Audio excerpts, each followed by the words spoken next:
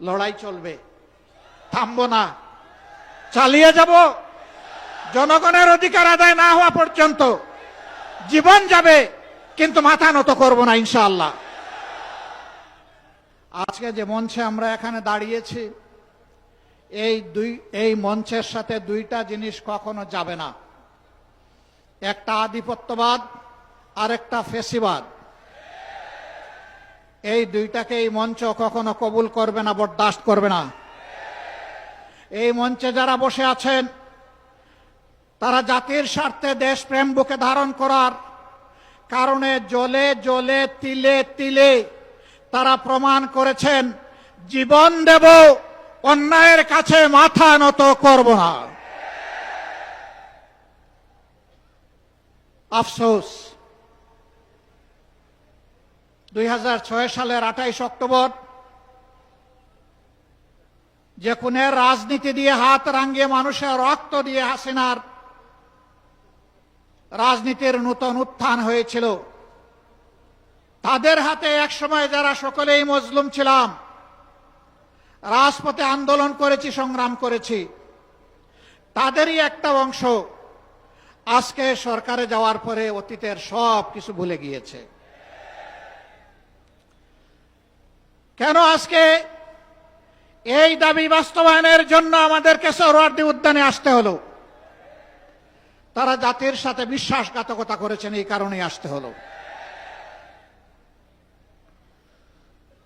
তারা স্বীকার করতে বাধ্য হয়েছেন, জুলাই সনদ বাস্তবায়নের কার্যকরী আইনি পদ্ধতি হিসাবে গণভোটের কোনো বিকল্প নেই। এই জন্য সেই গণভোটের প্রস্তাব তাদেরই একজন করেছিলেন। তাদের নেতা নির্বাচনী প্রচার অভিযানে শহীদ আবু সাঈদের স্মৃতিবিজড়িত রংপুরে গিয়ে বলেছিলেন, প্রিয় দেশবাসী, ভোট দিবেন দুটা, একটা দিবেন আমাদের মার্কায়, আরেকটা দিবেন গণভোটে। আপনারা সকলে গণভোটে হা বলবেন। এখন তারা বলছেন গণভোট অবৈধ। পার্লামেন্টে আমরা জিজ্ঞাসা করলাম, এটা কি নির্বাচনের পরে অবৈধ হলো না আগেই অবৈধ ছিল? তারা কোনো সময় বলেন আমরা 4টার মধ্যে 3.5টা মানি, কোনো সময় বলেন যে পুরাটাই অবৈধ। আমরা বলেছি পার্লামেন্টে, আপনারা দেখেছেন, একই আদেশে 2টা ভোট, গোস্ত হালাল কিন্তু শুরুয়া জুল হারাম। এ সুবিধাবাদী মানসিকতা। আমাদের সম্মানিত সহকর্মী এবি পার্টির চেয়ারম্যান বলেছেন, 71 সালে জনগণের রায়কে অমান্য করার কারণেই একটি যুদ্ধ অনিবার্য হয়ে উঠেছিল। যারা রায় অস্বীকার করেছিলেন তাদের পরিণতি ভালো হয়নি। এবারও যারা রায় অস্বীকার করছেন তারা নিজেদেরকে মুক্তিযুদ্ধের অবিসংবাদিত অংশ মনে করেন। আমরা বলি সেই মুক্তিযুদ্ধকেই সম্মান করে আবার রায়টা মেনে নেন। এই রায় মেনে নিলে আমরা এই স্টেজে দাঁড়িয়ে এই দাবিতে আর বক্তব্য দেব না। কিন্তু এই রায় যদি না মানেন, মহান আল্লাহকে সাক্ষী রেখে বলছি, এই রায় বাস্তবায়ন না হওয়া পর্যন্ত আমাদের আন্দোলনে আমরা কোনো ধরনের বিশ্রাম নেব না। আন্দোলন চলবে সংসদে, আন্দোলন চলবে রাজপথে। নাহিদ ইসলাম বলেছেন, একসময় রাজপথ আর সংসদ প্রয়োজনে একাকার হয়ে যাবে। রাজপথ আর সংসদ একাকার যেদিন হয়ে যাবে, সেদিন বালুর পাত দিয়ে নদীর জোয়ার, সমুদ্রের জোয়ার থামাতে পারবেন। ফ্যাসিবাদীরা বিভিন্ন ন্যারেটিভ তৈরি করে, বয়ান তৈরি করে জাতিকে বিভক্ত করেছিল। আর আপনারা নির্বাচনের আগে বলেছিলেন, আমরা নির্বাচিত হলে, সরকার গঠন করলে সবাইকে নিয়ে আমরা সরকার গঠন করে দেশ চালাবো। এখন আপনারা কি করছেন? এক দলকে পাঠিয়ে দিচ্ছেন পাকিস্তানে, আরেক দলকে পাঠিয়ে দিচ্ছেন পেশোয়ারে, আরেক দলকে পাঠিয়ে দিচ্ছেন আরো কোনো দেশে, আর নিজেরাই দেশের জমিদারি দখল নিতে চাচ্ছেন। মনে রাখবেন, জুলাইয়ের 2টা স্লোগান ছিল বড় শক্তিশালী। একটা ছিল উই ওয়ান্ট জাস্টিস, আরেকটা ছিল দেশটা কারো বাপের নয়। এদেশ বাংলাদেশের জনগণের। আধিপত্যবাদের দূষরদেরকে তাড়া দেখিয়ে শত শত আলিম উলামা বুকের তাজা রক্ত এবং জীবন দিয়ে এই দেশবাসীকে জীবন এনে দিয়েছেন। আমরা সেই আলিম উলামার সাথে বিশ্বাসঘাতকতা করব না। আমাদের যে যুব সমাজ, যে শ্রমিক সমাজ, যে কৃষক সমাজ, আপামর জনগণ, এমনকি 4 বছরের শিশু জীবন দিয়ে আমাদেরকে ঋণী করে গিয়েছে, আমরা তাদেরকে কথা দিচ্ছি আমরা তোমাদের সাথে বেঈমানি করব না।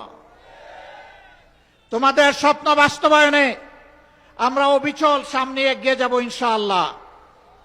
আমরা গভীরভাবে আস্থাশীল, ইনশাআল্লাহ আমাদের নয় জনগণের বিজয় হবে ইনশাআল্লাহ। যেই 70% জনগণ ফ্যাসিবাদের বিরুদ্ধে দৃঢ় অবস্থান নিয়েছে গণভোটে হ্যাঁ বলে, সেই জনগণের বিজয় হবে। নতুন করে কেউ ফ্যাসিবাদ কায়েম করতে গেলে তাদেরকে অনুরোধ করব, নিকট অতীতের যাদেরকে এখন বুকে টেনে নিয়ে আপনারা এই নির্বাচনের বৈতরণী পার হয়েছেন, যাদের হাতে পায়ে ধরে ইঞ্জিনিয়ারিং করে ক্ষমতায় এসেছেন, তাদের পরিণতি থেকে শিক্ষা গ্রহণ করুন। সম্মানিত ভাই ও বন্ধুগণ, তারা সংসদে দাঁড়াইলেই বলেন একটা সুষ্ঠু নির্বাচনের মধ্য দিয়ে গঠিত সরকার। সরকার যদি সুষ্ঠু নির্বাচনেই গঠিত হয় তাহলে বারবার দাঁড়াইয়া বলতে হয় কেন? ম্যাকিয়াভেলির একটা কথা আছে, তুমি যদি কোনো মিথ্যাকে এস্টাবলিশ করতে পারো তাহলে একবার বললে হবে না, শতবার বলতে থাকো। হ্যাঁ, ইতিমধ্যেই রাজসাক্ষী 2 জন পাওয়া গেছে। একজন সাবেক সরকার, এই ইন্টারিম গভর্নমেন্টের একজন উপদেষ্টা, তিনি বলেছেন আমরা ওদেরকে মেইন স্ট্রিম হতে দেইনি, ওরা পাওয়ার কথা ছিল 168, আমরা এদেরকে নামিয়ে এনেছি 68-তে। তাইলে তিনি স্বীকার করে নিয়েছেন যে একটা নিরপেক্ষ সরকারের অংশ হয়ে তিনি দেশবাসীর সাথে বিশ্বাসঘাতকতা করেছেন। তিনি বলেন নাই যে আমি নামিয়ে এনেছি, বলেছেন আমরা নামিয়ে এনেছি বহু বচন। তাইলে বাকি বচনগুলা কারা? এদের চেহারাও জাতির সামনে আপনি একটু বলে দেন, একা এ দায় নিবেন কেন? আরেকজন সংসদের ভিতরে স্থানীয় সরকার পল্লী উন্নয়ন প্রতিমন্ত্রী, তিনি বলেছেন যুবকরা ছাত্ররা আন্দোলন করে ফ্যাসিবাদের পতন ঘটিয়েছে, আমরাও ছিলাম। তবে ডক্টর মোহাম্মদ ইউনূস ক্যাপ্টেইনের হাতে লন্ডনে গিয়ে পতাকা দিয়ে এসেছেন, ক্যাপ্টেইনের হাতে নাকি ট্রফি দিয়ে এসেছেন। ট্রফি যদি আগেই ক্যাপ্টেইনের হাতে চলে যায় তাহলে এটা ছিল নির্বাচন নামের তামসা।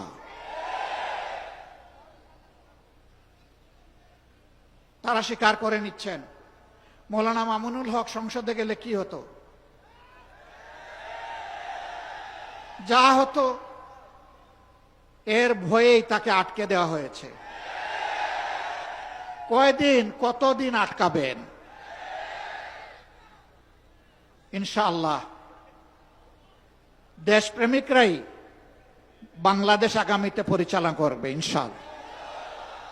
তৈরি হন, লড়াই চলবে, থামবো না, চালিয়ে যাব। জনগণের অধিকার আদায় না হওয়া পর্যন্ত জীবন যাবে, কিন্তু মাথা নত করব না ইনশাআল্লাহ। আজকের এই সমাবেশ থেকে আমরা আরেকবার প্রতিজ্ঞা নিলাম, ইনশাআল্লাহ জুলাইকে সম্মান করব, বুকে ধারণ করব, জুলাইয়ের সাথে বেঈমানি করব না। আর জুলাইয়ের সাথে যারা বেঈমানি করবে তাদেরকে ছাড় দিয়ে কথা বলা হবে না। বিশেষ করে যুবকদেরকে অনুরোধ করব, তৈরি হন। বলবেন আর কতবার জীবন দেব? দেশের জন্য যতবার প্রয়োজন আমিও তোমাদের কাতারে দাঁড়িয়ে বলছি, আমিও যুবক, জীবন দিতেই থাকবো ইনশাআল্লাহ। বিড়ালের মতো বাঁচতে চাই না, 100 বৎসর, 1000 বছর, সিংহের মতো বাঁচতে চাই 1 সেকেন্ড। এর মাঝে আর কোনো কম্প্রোমাইজ হবে না ইনশাআল্লাহ। আধিপত্যবাদের কোন ষড়যন্ত্র বরদাস্ত করা হবে না, সব কিছুকে ছিন্ন ভিন্ন করে দেওয়া হবে ইনশাআল্লাহ। সবাইকে আবারও আরেকটি অনিবার্য লড়াইয়ের জন্য প্রস্তুতি নেওয়ার আহ্বান জানিয়ে আমার বক্তব্য এখানেই শেষ করছি। আল্লাহ হাফেজ। বাংলাদেশ জিন্দাবাদ। বাংলাদেশ খেলাফত মজলিস জিন্দাবাদ। আসসালামু আলাইকুম ওয়া রাহমাতুল্লাহ।